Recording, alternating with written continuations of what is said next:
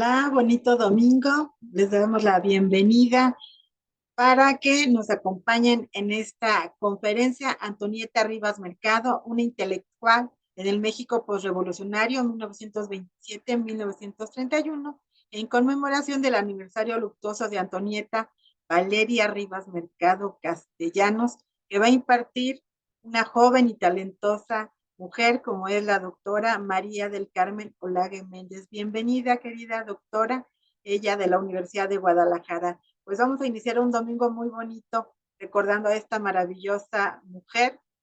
Fíjate, querida doctora María del Carmen, que la primera vez que fui a París y fui a Notre Dame, ay, ¿tú crees? Me puse a llorar y dije, ay, qué Antonieta.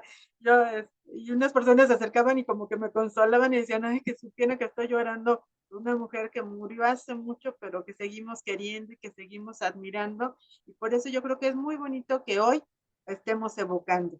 Y para iniciar, pues vamos a presentar a nuestra querida doctora María del Carmen Olague Méndez.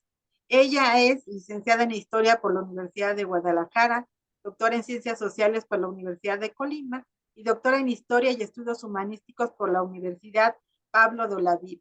Actualmente realiza una estancia postdoctoral en la Universidad de Guadalajara con la investigación el concepto de matrimonio en Colima en el marco de la secularización mexicana, siglos XVIII y XIX.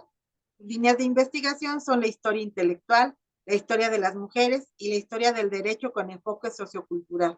Entre sus publicaciones más recientes podemos citar su artículo Villismo y Revolución en la literatura posrevolucionaria de Nelly Campubello. Qué bonitos trabajos, querida doctora. Estás tocando a mujeres bien importantes y además pues de lugares muy significativos en donde, ay, yo fui tan feliz en la Universidad de Guadalajara, también hice una estancia hace algún tiempo. Qué bonito lugar, ¿verdad? Siempre apoyando y siempre respaldando, y no se diga la Universidad de Colima también. Entonces, hay aquí gran corazón, gran pasión, y pues vamos a escucharte para que recuperemos a la mayoría, maravillosa Antonieta Rivas Mercado, que siempre está en nuestro corazón. Así que, adelante. Muchas gracias, doctora Elvira. La verdad, agradezco mucho la presentación tan cálida. También agradezco al Museo de la Mujer por darme la oportunidad de impartir esta charla en esta fecha tan significativa, la conmemoración de la muerte de Antonieta Rivas Mercado, y también a todo el equipo de la Museo de la Mujer por hacer posible esta presentación y toda la gestión que hay detrás de esto. Les agradezco muchísimo por todo su esfuerzo y por toda su labor. En efecto, pues les cuento un poquito de cómo fue que inicié yo con el tema de Antonieta. En efecto, yo también trabajo pues otros temas de investigación y en algún momento yo tenía, bueno, la curiosidad por, por temas de mujeres, por temas de literatura. Yo incluso estaba ya trabajando el tema de Nelly Campobello y su tema de la revolución desde antes de adentrarme en el tema de Antonieta. Y bueno, le agradezco a mi abuela porque ella fue la que en algún momento me acercó a la novela de A la sombra del ángel de Kathleen Blair, que es precisamente una novela biográfica sobre la vida de Antonieta Rivas Mercado. Y al principio por otras actividades, por exceso de trabajo, como nos sucede a veces a los investigadores, no había tenido tiempo de leerla. Y en algún momento, justo en la pandemia, me di la oportunidad de leer la novela. Y la verdad es que me encantó. Es una novela muy bien escrita, muy bien documentada. Y justo al final, ya en los últimos capítulos, donde precisamente ahonda en toda esta vida cultural de Antonieta de fines de los años 20, menciona la novela que Antonieta escribía, pero nunca menciona de qué. Y entonces, como investigadora, como mujer, dije, pero bueno, ¿de qué escribía? O sea, ¿cuáles eran los temas que abordaba? ¿Cómo era su escritura? Entonces, bueno, ahí ya se eliminó esa labor que estaba haciendo más como ocio, como placer, y entonces inicié las pesquisas de, bueno, de averiguar, ¿no? Qué era lo que había escrito esta mujer. Y ahí fue donde me acerqué a la obra que editó Editorial Siglo XXI, que la verdad que creo que está bastante completa, de toda la obra de Antonieta Rivas Mercado, coordinado por Taidea Costa Gamas, que ellos publicaron toda su obra, desde los cuentos, los artículos que publicó, el fragmento de su novela que no alcanzó a terminar, de su obra de teatro, todo su epistolario, diarios, y además viene con unos comentarios al margen buenísimos, muy bien documentados, muy bien investigados, para ir contextualizando toda la obra de Antonieta. Entonces fue así como me acerqué, y justamente algo que noté es que eh, desafortunadamente por la forma en la que murió y por varios sucesos de su vida privada, lo que se ha recuperado de Antonieta durante mucho tiempo, últimamente ya han cambiado las cosas, pero durante mucho tiempo lo que se estaba hablando, pues era su vida personal, de quién era hija, con quién había estado, incluso se rescató mucho como de esta labor que hizo de promotora cultural en los años, finales de los años 20, pero no sobre su escritura. Y justo yo como pues investigadora, que me gusta la historia intelectual y todo, decía, qué gran deuda tenemos con ella al no estar rescatando sus ideas como escritora, como intelectual, y en que durante tanto tiempo se le diera tanto peso a los avatares de su vida personal, a estos momentos vitales, que sí, efectivamente son llamativos, que son muy, algunos de la nota roja, pero sin embargo, eso hace que se opaque su pensamiento, sus ideas, y sobre eso es de lo que les vengo a hablar ahora. Sobre eso también escribí un artículo hace ya un par de años, y ahorita justamente también empecé a leer su epistolario y a estudiarlo, y me nace este énfasis. Ojalá que las personas que estén viendo esto puedan leer la obra. Como les dije, está, toda su obra, toda su obra está editada por Editorial Siglo XXI, y vale la pena que lo lean y que empecemos a discutir con las ideas que ella proponía, más allá de las cuestiones escandalosas de su vida privada. Sí voy a mencionar algunas cuestiones de su vida porque a final de cuentas, como toda intelectual, pues bueno, fue producto de su tiempo, de una época muy interesante. Le tocó vivir la Revolución Mexicana, el periodo posrevolucionario, donde al final están, donde hay una gran discusión sobre cómo va a ser ahora México. Y eso es lo interesante, y esa es la discusión en la que estuvo involucrada México. Yo considero que su vida como intelectual surge a partir de 1927, por eso es que propongo esta periodización, porque a pesar de que tiene una vida muy acercada a la cultura y a la literatura, al arte de la época desde niña, por su privilegiada educación como hija del arquitecto Antonio Rivas Mercado, estuvo en contacto con estudiantes de la Academia de San Carlos cuando su padre era director de la academia, y entonces efectivamente ya tiene todo un bagaje que le permitió ser la persona que fue. Sin embargo, considero que va a ser hasta 1927 donde inicia su vida propiamente como una intelectual. Eh, Justo en el año 1927 surge el grupo Ulises, que era un grupo de intelectuales que algunos de ellos después eran conocidos como el grupo de los contemporáneos, donde participaron personas como el pintor Manuel Rodríguez Lozano, Salvador Novo, Javier Villaurrutia, y con quienes se reunían en casa de Antonieta precisamente a hacer discusiones sobre los temas que estaban en boga en el momento, sobre el arte, la literatura, críticas a la revolución y al gobierno que estaba surgiendo de este periodo armado que estaba en vías de institucionalizarse. Eh, Como parte de este grupo, y algo de lo mucho que se conoce de ella, bueno, es que fue mecenas de esto. Sin embargo, creo que la etiqueta de mecenas deja un poco de lado el hecho de que ella estaba en sintonía, estaba de acuerdo con las ideas que estaban proponiendo, no siempre estaba de acuerdo incluso con todas las ideas, les discutía también a estos intelectuales, los interpelaba. Entonces, era un grupo donde encontró un lugar donde hablar y donde discutir cosas de las que traía en mente. No era solamente la mecenas, ¿no? Porque desde este punto de vista, alguna vez platicando con alguien del tema, saben que a veces uno como investigador anda platicando de todos lados sobre lo que está investigando, y esta etiqueta de mecenas solamente la hace ver como que estaba derrochando la fortuna que heredó de su papá, y no le da el peso precisamente a la figura de la intelectual. Por ejemplo, parte de estas actividades que ella empieza a desarrollar en 1928, inaugura el Salón de Baile El Pirata, eh, y a mí me llama la atención precisamente esto ahorita que estaba leyendo su epistolario. En una carta que ella dirige a su hermana Amelia, le dice: confío en que esto será muy buen negocio. Y justo esto, el estar leyendo su obra, el estar leyendo incluso sus cartas, me quita a mí la etiqueta de estarla viendo solamente como mecenas, como una persona que estaba nada más gastando, porque incluso era una mujer de negocios.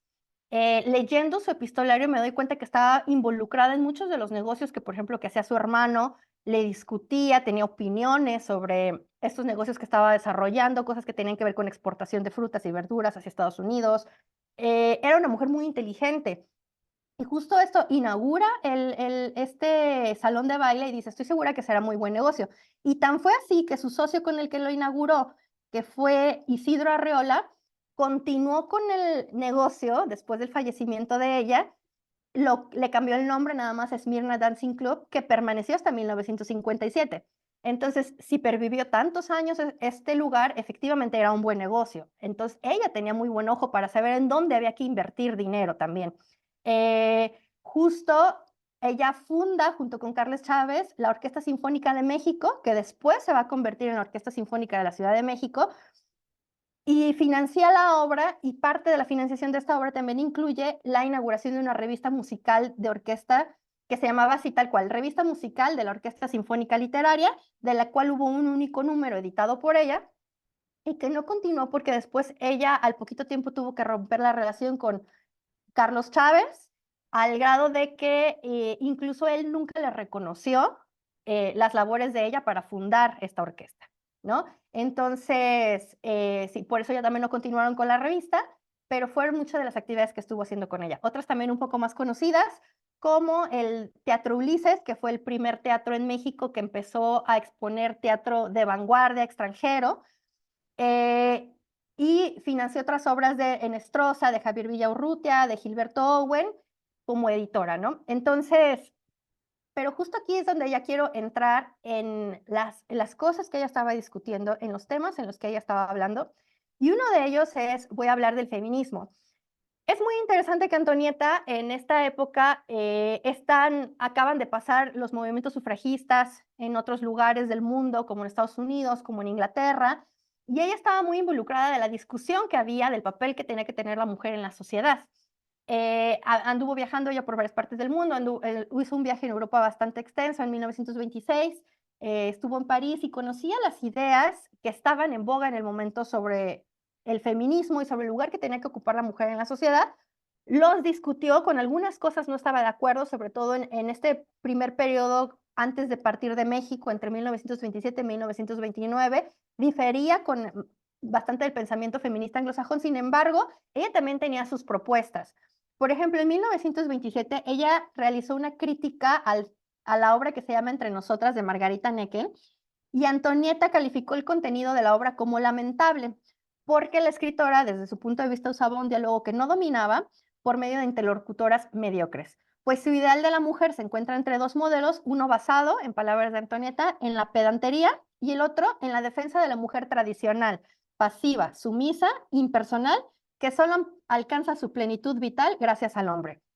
Entonces vemos aquí ya con esto es de los primeros que ella escribe públicamente, cómo ella está interpelando a esta posición y cómo ella no estaba de acuerdo en la posición de una mujer sumisa y pasiva, que su obra y su vida precisamente lo dicen, que no tenía nada ni de pasiva ni de sumisa, ¿no?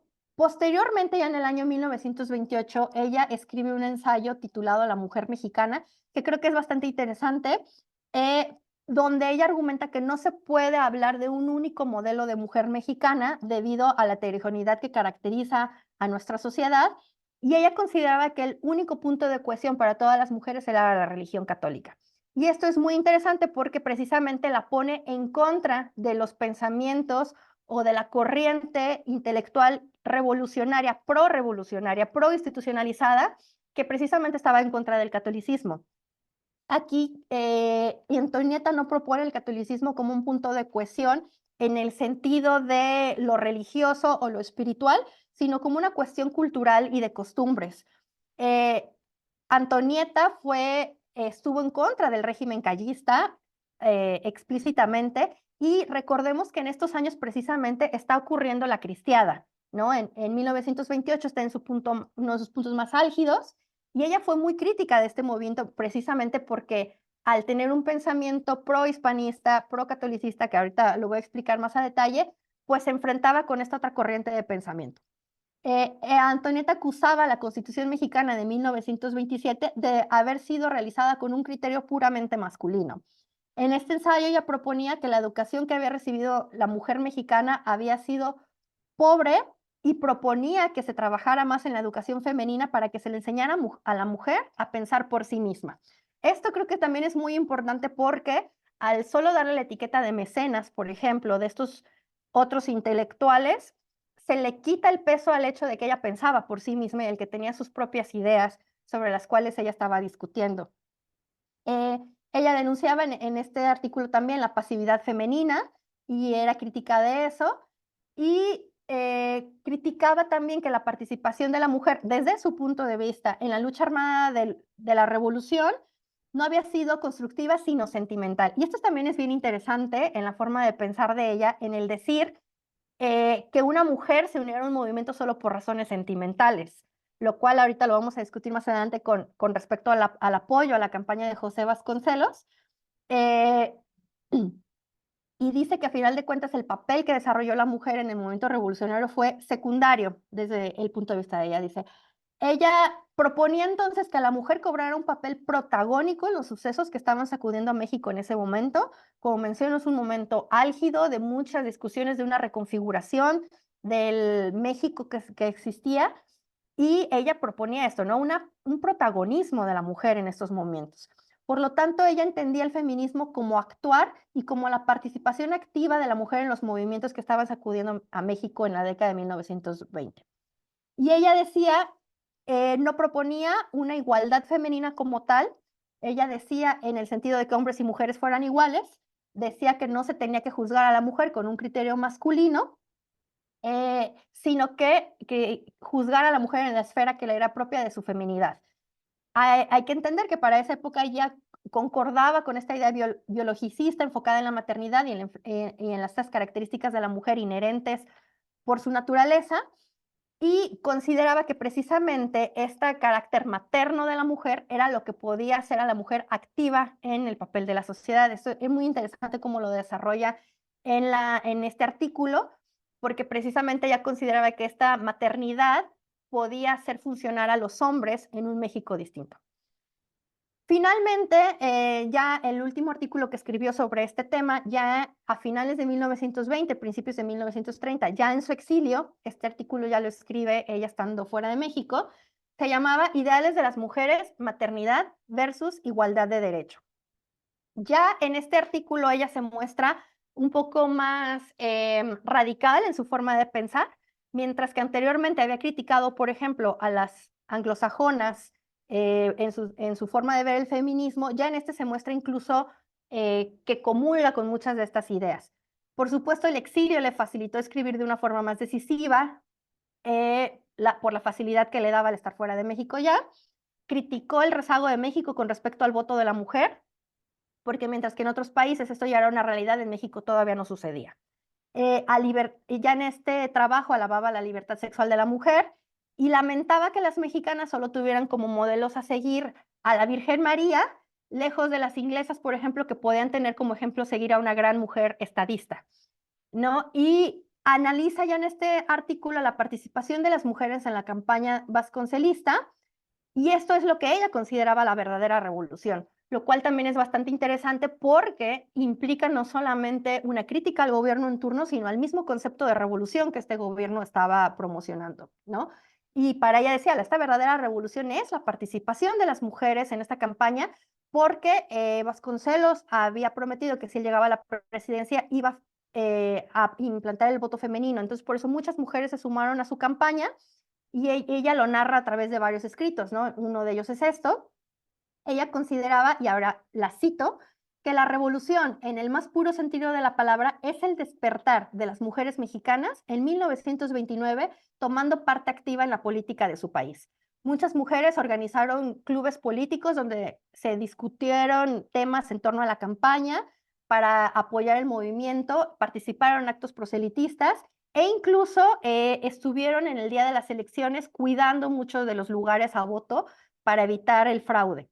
Entonces ella pues lo exalta en este artículo, Por eso Vasconcelos fue duramente criticado. En algún momento también se le critica que su campaña no tiene peso, no tiene validez, precisamente porque lo están apoyando muchas mujeres. Entonces vemos que también aquí hay una confrontación entre dos formas de pensar de cuál debe ser el lugar de la mujer.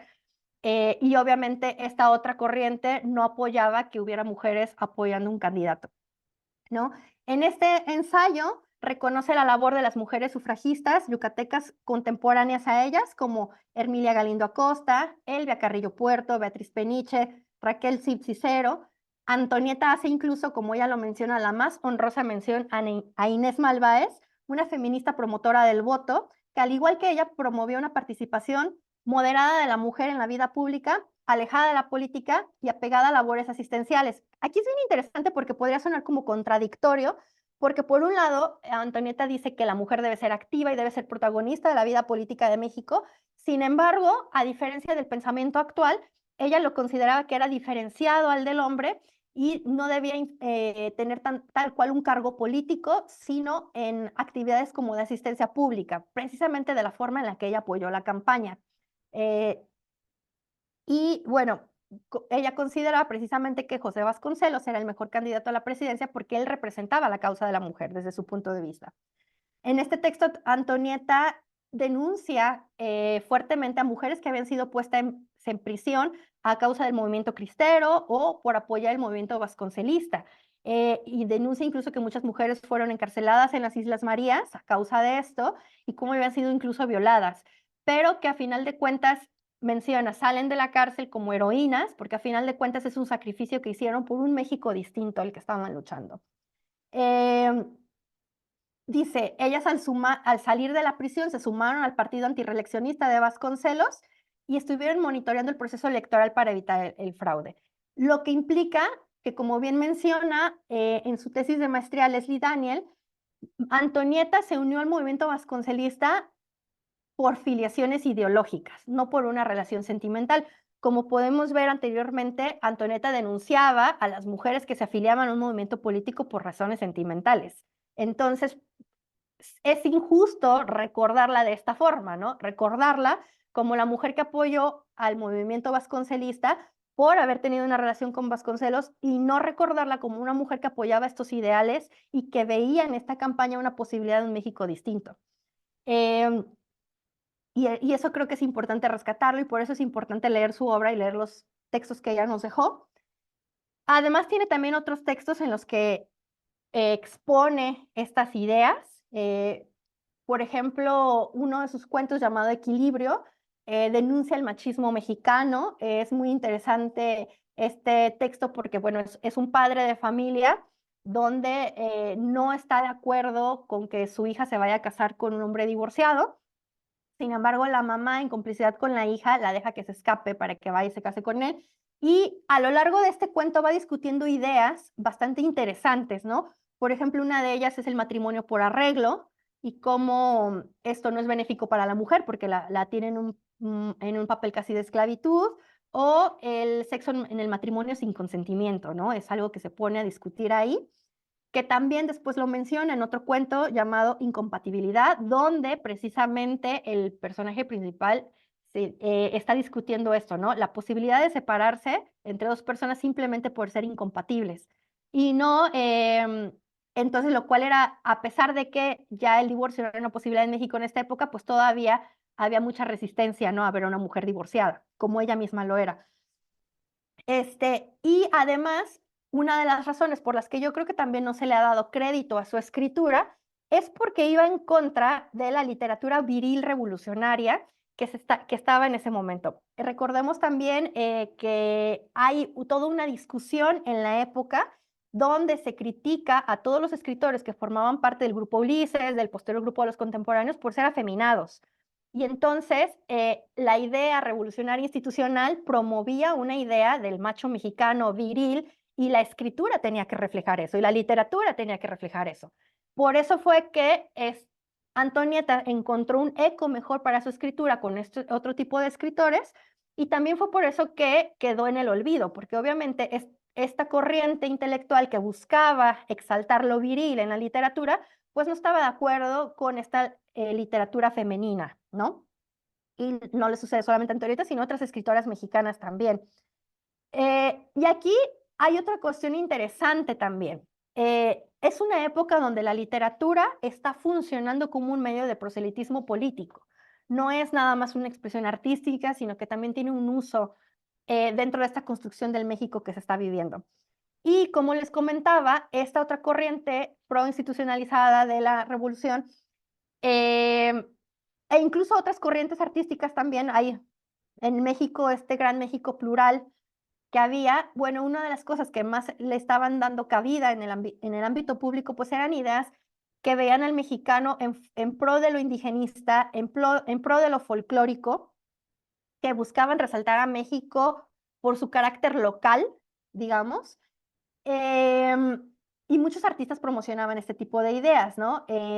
Sin embargo, la postura, por ejemplo, de Antonieta y del grupo al que ella pertenecía, buscaban más una postura, le llamaban ellos universalista. O sea, es decir, donde México en su particularidad se encontraba en discusión, dialogando e interactuando con las posturas artísticas e ideológicas que circulaban en otras partes del mundo en el momento. Entonces aquí también había un choque de cómo se tenía que entender la literatura y cómo se tenía que entender el arte. Y obviamente es duramente criticada en ese sentido la escritura de Antonieta por ser prohispanista, al rescatar el pasado México de la conquista, viendo no necesariamente como algo benéfico, pero sacándole partido al pasado español, eh, y emparejando a México con el contexto extranjero. Entonces, también por eso fue muy criticada, que no fue la única escritora que tenía esta idea. Y entonces, bueno, estamos en una época también donde se está vendiendo mucho, o sea, en el mercado editorial es muy buscado el relato de la revolución, que era muy realista, que no iba tanto con el estilo de escritura que tenía Antonieta, que era un poco más abstracto y más filosófico.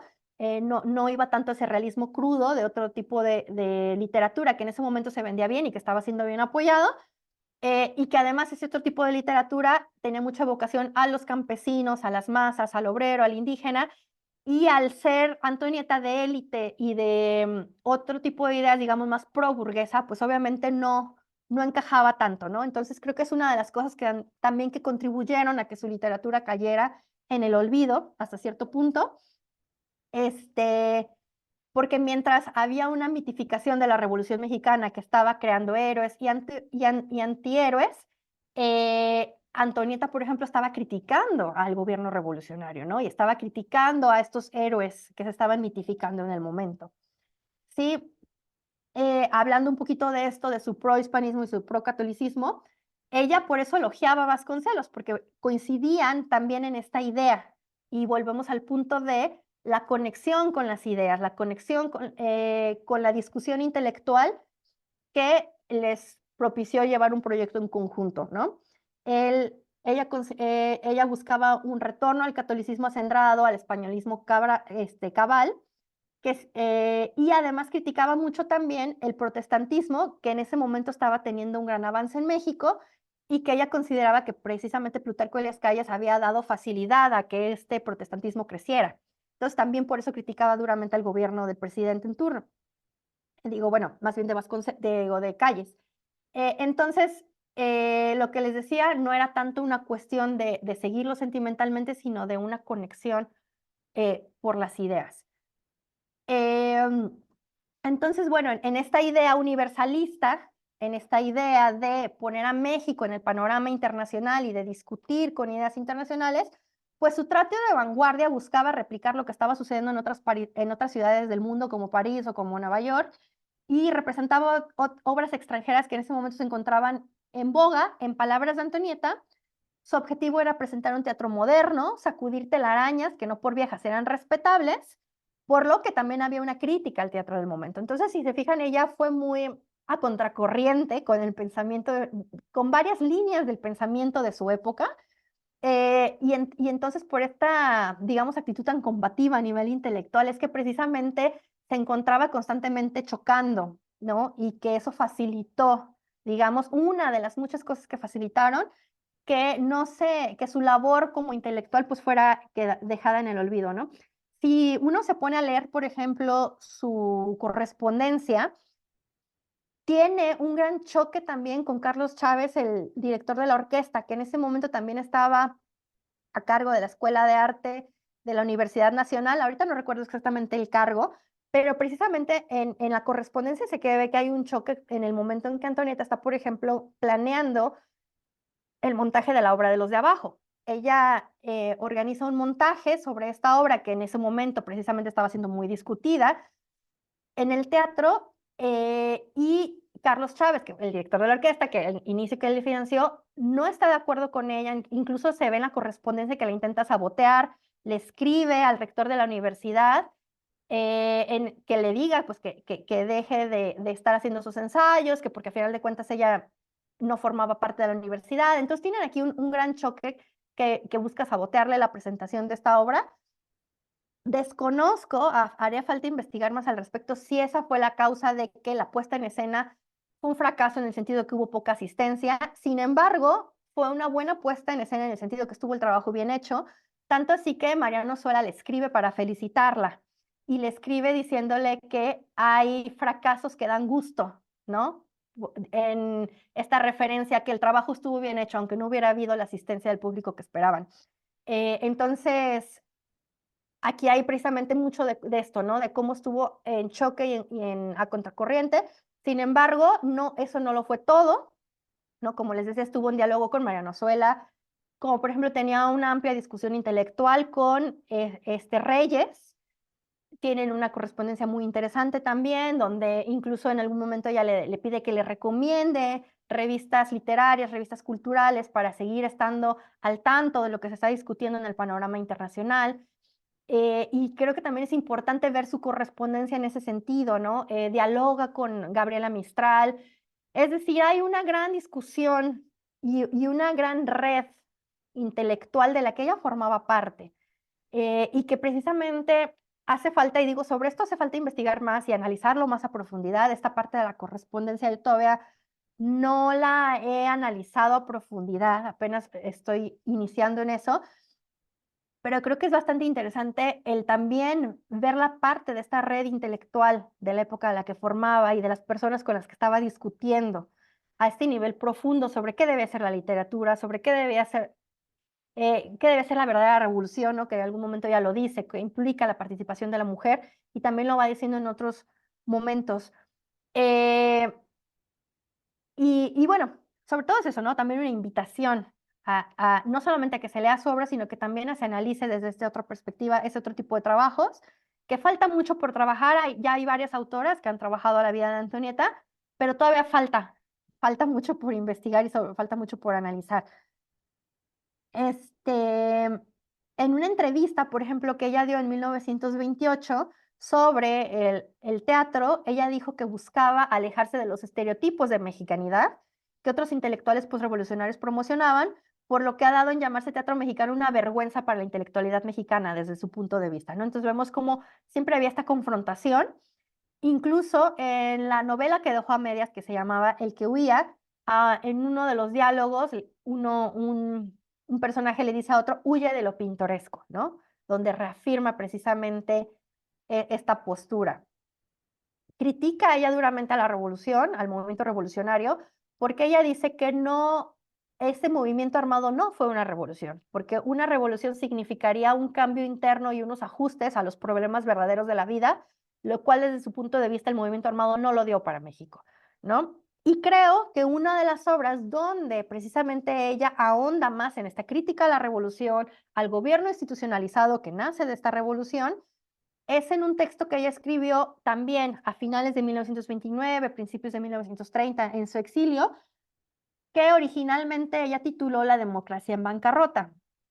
Es una narrativa a todo el proceso de la campaña de Vasconcelos, una crónica hasta cierto punto, con una fuerte carga crítica, que no alcanzó ya a publicar en vida. La publicó por entregas en su revista La Antorcha Vasconcelos después de su muerte, pero le cambió el título convenientemente a la campaña de Vasconcelos, aunque, bueno, les digo, el título original era La democracia en bancarrota, y es una tristeza que no haya permanecido el título original, porque considero que era mucho más duro en su crítica desde el título. ¿Y qué es lo que ella explora en este texto? Una, es una crítica al régimen callista, porque ella consideraba que estaba al servicio de los Estados Unidos, y que no veía por México, precisamente por esa razón, ¿no? Ella en este texto critica también a los caudillos revolucionarios, considerándolos los fariseos de la revolución. Como podemos ver, la forma de hablar en este texto es muy dura. Le facilitó precisamente el estar en el exilio, poder escribir de esta manera, por supuesto. Hace muchas metáforas religiosas, católicas, en este texto, y es muy interesante que haya escogido em, calificar a los caudillos revolucionarios como fariseos. Ella decía que estos caudillos fariseos se distinguían por la complacencia y el aplauso que otorgaban a la dictadura callista, ¿no? Entonces, eso también es bastante interesante. Consideraba que el caudillismo vació de contenido los términos de reaccionario y de revolucionario. O sea, eso también es muy interesante porque a nivel conceptual, como dice una práctica o una mala praxis política vacía de contenido un término, ¿no? Que debería de evocar cambio, que debería de evocar a otras cosas, y sin embargo se ha quedado vacío por esta práctica servil al régimen en turno, ¿no? Por lo tanto, es claro que no compartía estos ideales, critica bastante fuerte los ideales socialistas de la revolución, aunque alaba en algún momento a Trotsky. Entonces, es muy interesante el diálogo, la verdad creo que vale la pena que lo lean. Eh, Critica la educación tradicional mexicana otra vez en este texto, por su estrechez de intereses, por su empirismo, por una psicología grosera y por un singular cinismo provincial. Y una de las cosas que precisamente denuncia en este texto de forma muy fuerte, además de lo que ya mencioné anteriormente sobre las mujeres que fueron perseguidas por apoyar a Vasconcelos, bueno, es el uso que se hizo de la reforma agraria, que también es bastante interesante porque dice que los caudillos se aprovecharon de la reforma agraria para hacer sus propios latifundios. Entonces, pues, ¿dónde estaba esa reforma, no? Y lo cual también, pues, seguramente pisó muchos callos, este texto. Y como podemos ver, todo lo que escribió fue tan crítico de las ideas en turno, del gobierno en turno, del proceso en turno, incluso de la toma de poder después de este Pascual Ruiz Orozco también hace una crítica muy fuerte a esto, pues facilitó que, digamos, tenía todos los elementos para que cayera en el olvido y para que no fuera recordada como la intelectual que yo creo que fue. Desafortunadamente le faltó tiempo para seguir explorando y desarrollando estas ideas. Seguramente habría entrado también a la discusión intelectual que se dio poquito después de su fallecimiento sobre el nacionalismo y sobre qué era el nacionalismo en la literatura, eh, que ya venía ya encaminada precisamente con estas ideas, ¿no? Y formaba parte de esta discusión.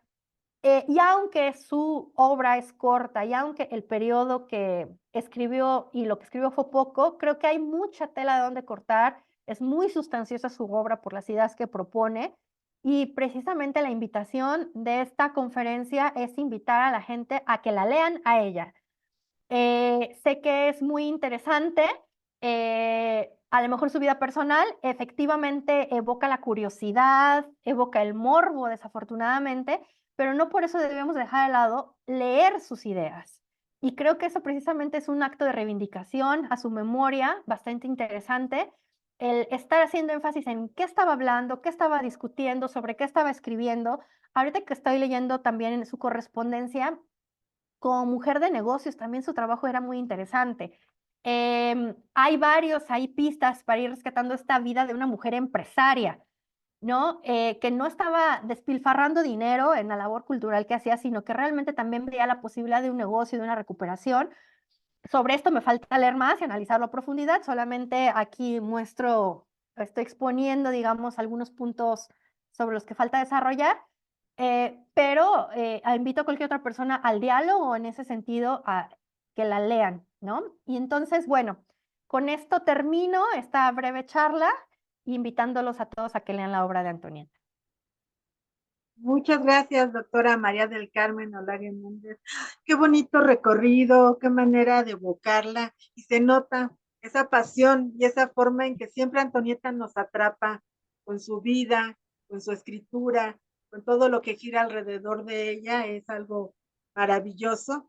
qué bueno que la estemos recuperando, qué bueno que la estemos evocando y que no dejemos de buscar material sobre ella, que escribió, sus cartas, pues lo que estamos evocando de ella es maravilloso siempre tenerla presente. Así que el Museo de la Mujer pues agradece muchísimo esta charla a la doctora María del Carmen Olague Méndez de la Universidad de Guadalajara, a todo el equipo maravilloso del Museo de la Mujer que está aquí detrás de estas pantallas, siempre pendiente y atento de lo que estamos realizando. Y pues me despido yo, Elvira Hernández Carballido, orgullosamente de FEMU y también de la Universidad Autónoma del Estado de Hidalgo. Les deseamos un lindo domingo. Muchas gracias, doctora María del Carmen Olague. Gracias, gracias también a ustedes por la invitación. Ha sido un gozo poder estar dialogando de esto un ratito.